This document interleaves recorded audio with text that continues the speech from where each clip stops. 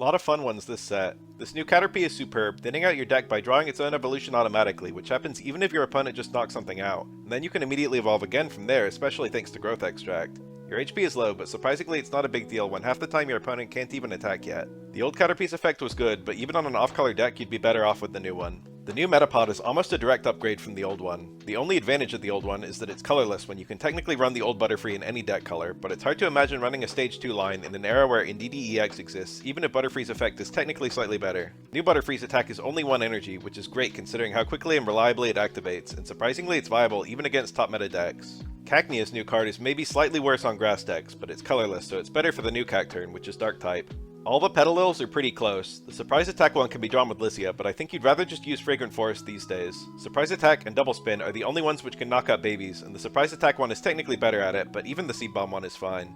I'm not impressed at all with the latest Vulpix. If something has already done 20 damage to you, there's good odds it can kill you next turn, unless it was a turn 1 Tyrogue or something. I think the Tail Whip one is generally the best, for its potential to stall. The new Ninetales is a very hilarious card, but I crunched the numbers, and the average damage is only as good as the Flamethrower one, and only barely higher even when considering Victini. Not having to discard energies is nice, but by the time you get 3 energies onto this, there's decent odds your opponent will be able to one-shot you, after you attack once or maybe twice at most. Blaine does work with this new card, though amusingly, if it works like Giovanni, then it would only add damage if you deal damage, so if you manage to get 9 tails in a row, it might still do 0. That being said, I don't want to use the attack 512 times in order to test it. I think the strength of the original Ninetales is how quickly it activates, so this one probably isn't as good, but it does have good damage potential, especially with Victini. The new Psyduck is a joke. Goldine's new card is awesome, with good damage output for its energy cost, plus a low HP value that allows you to use it with Lycia and also Wallace. Both Seakings can attack on a single energy, so being able to evolve Goldeen instantly is extremely powerful. The new Seaking is great for some early damage output, plus setting up Cyrus Pulse for later, and it's probably better overall for its consistency, but you can absolutely punch holes in your opponent's deck with the old Seaking, and a little luck. Generally speaking, there's no card in the game that appreciates taking 80 damage on turn 2. We have 2 new Phoebus cards counting an unreleased promo. The Splash one is absolutely garbage, but Leap Out and Hide are both viable. You probably want Leap Out if you're running lots of basics, or Hide if you've only got a few. Snorunt's new card is a direct downgrade on a water deck, and all Frostlass cards need water energy, so it looks useless. Maybe we'll get a Psychic Frostlass in the future though. I do like to see it smiling anyway. As for Frostlass, it's very similar to Gourgeist, but since you're water type, you don't have Altaria or Houndstone for synergy. Some people have been trying to make it work with Hisui and Zoroark, but I don't think it's been performing that well. Luvdisc is just an early game attacker. You'd rather have Pyukumuku to stall or one of the water energy ramps like Mantike or Manaphy. The old one is gimmicky, but still probably better overall. I will say the new one is very cute, and being cute but useless is very on brand for Luvdisc. Piplup's new card causes paralysis, but 2 energies is a little difficult in the early game. Even still, it's probably close in viability to the Water Gun one. Our latest Pikachu is technically the strongest of the 8, but Spark or Thunder Jolt are probably better overall, even Circle Circuit if you've got lots of basics. The Raichu does 70 on 2 energies, and we have lots of electric stage 1s which already do this, such as Electrode, Zebstrika, and Lantern. I guess Raichu is notable because it works with Lieutenant Surge, but if you're actually still running that combo, you'd definitely do it with one of the other Raichus. It's hard to say what is the best Raichu, but this one might legitimately be the worst. Emolga's attack condition is identical to Dedenne EX, which means it's extremely easy to make a deck around both of them. Emolga is weaker, but only surrenders 1 knockout point, and it can hit Oricorio too. On the right deck, this latest Emolga is surprisingly a top tier card, and much better than the others. You can deal as much as 120 damage as early as turn 3 with Pichu and enough tools, and while that's a best case scenario, even 90 damage on turn 4 is fairly realistic. The latest Slowpoke is colorless and can be used on Psychic or Water decks, so I threw them all on here. It's probably the best one for Psychic decks, but on Water decks it's probably about as good as Water Gun. As for Slowbro, you lose 10 damage but get a Confusion effect. I think this is generally much better overall, but the high energy cost of both cards is holding them back.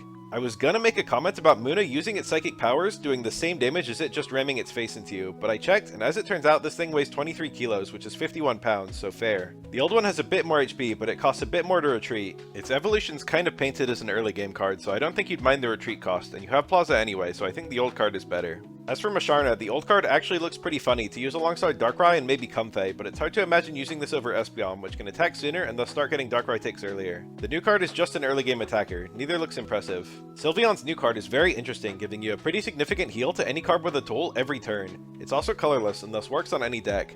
I'm not aware of any meta relevance this card has, but the effect is good, so it's easy to imagine it has untapped synergy, or that it might in the future. It obviously has synergy with Espeon EX decks, which already run a bunch of EVs, but those decks usually struggle much more with their damage output rather than their healing, so they'd probably prefer the old Sylveon. The old Carbink is a surprisingly viable early game card in Psychic decks, and used to see occasional use with Altaria, though Altaria has much better allies these days. The new one is a Psychic Energy ramp, and can power up several different high energy cards at once, notably Mega Diancie, which is stronger for every energy on the field. The new one is already better nowadays, and has has much more potential on future Psychic decks too, but both have merit depending on what you're trying to do.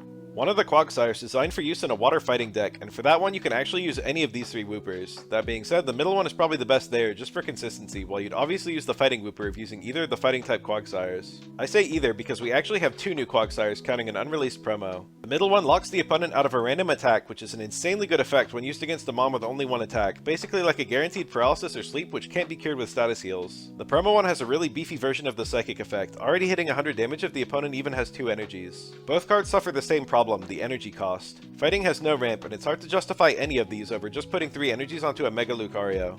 The latest Sandygast has the cheapest energy cost, and for that, it's already probably the best overall. More importantly, it has synergy with the latest Palosand, which also attacks on 1 energy. The Palosand's high HP, decent damage, and support from Acerola make it a surprisingly good early game card, and as I predicted, Palosand decks are actually viable in top meta play, alongside Mega Lucario. Spiritomb's new card puts the opponent to sleep, but the energy cost and low damage make it hard to justify over other sleep setters. The best one is probably just Swirling Disaster to set up Cyrus Pulse, or big hits from cards like Obstagoon. Scraggy loses 10 damage but gets 10 HP, pick your favorite. I don't think I've ever seriously looked at the old Scrafty until now. Seems fun with Sabrina, but probably not amazing overall. The new card is just a generic 2 energy attacker, and probably playable but not interesting or strong. The latest Marini gets an impressive 60 more damage on a poisoned opponent. This obviously has good synergy with Poison Barb or Poisonous allies, but in particular it has synergy with the new Toxapex, whose card takes down a monstrous 40 damage per checkup. You can even have Toxapex use Marini's attack via Celebi or Memory Light. Unfortunately, while 110 HP is pretty good, I think it's going to be difficult to actually pull off severe poison into Venoshock on a single opponent without them switching out or killing you in most games. It's hard to say the best Toxapex overall, they all have their merits depending on your deck. The new Gumi can actually attack, but I think the extremely good ability of the old one makes it far better overall, even on a water metal deck. For example, it can block babies from using their attacks, which is surprisingly very useful. It's a shame because I love the art of the new one. The new Jigglypuff has the same average damage as the original on the same cost. Honestly, all 5 of these are really close in viability. Wigglytuff loses a little damage compared to the original, but gets a damage mitigation effect, which is kind of nice, but the Comforting Song one is probably the only viable one here. 11 EVs. The latest one has 70 HP, which is actually the highest of all of them, but if HP is your concern, you'd probably just use EVEX. I'd use Boosted Evolution or Find a Friend.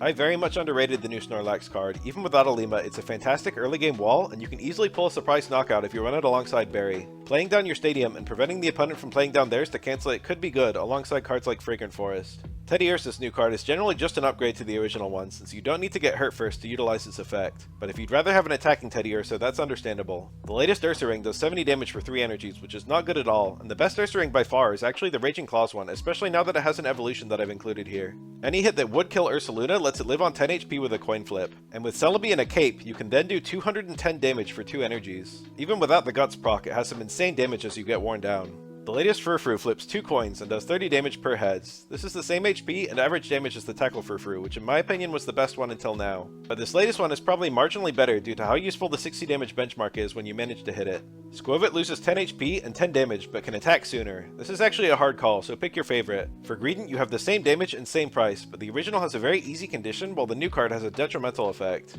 I think the old one is probably better actually, unless you're running it alongside Comfey or something, but both of these cards cost way too much for what you get. Finally, all the new puppies are new versions of existing cards, but you'd obviously use them all together in a puppy pile deck where they all synergize with each other. For Growlithe, Yamper, and Fido, you could run the puppy pile card in any deck I suppose, but on a fighting deck I'd absolutely run Signs of Evolution Rockruff over this one. That's the last of them, thanks for watching.